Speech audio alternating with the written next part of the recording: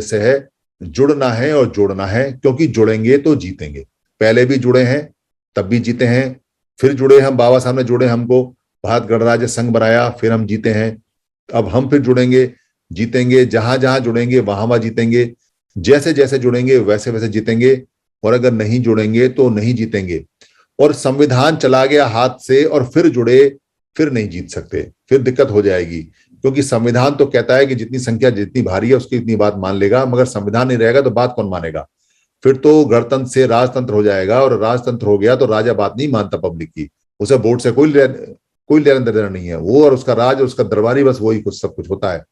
और वो समय भी आ सकता है, क्योंकि समय तो आता रहता है जाता रहता है, कुछ ऐसा कुछ नहीं है कि कोई समय फिक्स है।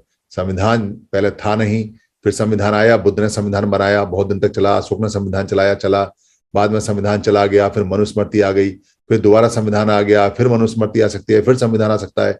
इसलिए कोशिश करें कि जितनी जल्दी हो सके इतनी जल्दी इकट्ठे हो जाए, क्योंकि एक बार संविधान चला गया तो दोबारा संविधान स्थापित करने में बहुत ताकत लगानी पड़ती है, और वो होना भी बड़ा मुश्किल होता है।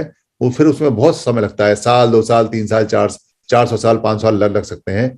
इसलिए संविधान को मत जाने दो अपने हाथ से, और इकट्ठे हो जाओ और लोगों को मोटिवेट करो कि भाई इकट्ठे होंगे तो ही बचेंगे, जुड़ेंगे जिंदा रहेंगे, जुड़ेंगे नहीं तो जिंदा नहीं रहेंगे। पढ़ा लिखा आदमी अगर चप्पल गांठेगा, पढ़ा लिखा आदमी अगर टट्टियां साफ करेगा, तो उसका जिंदा भी मरे के समान है, वो कोई जिंदा व्यक्ति नहीं होता, वो भी मरा हुआ होता है। पढ़े हैं, लिखे हैं, गुने हैं, तो उसी के अनुसार काम मिलना चाहिए, उसी अनुसार देश में आगे बढ़ना चाहिए, देश को आगे बढ़ाना चाहिए। इसलिए जिद्द है जुड़ने की, जुड़ेंगे जीतेंगे। धन्यवाद।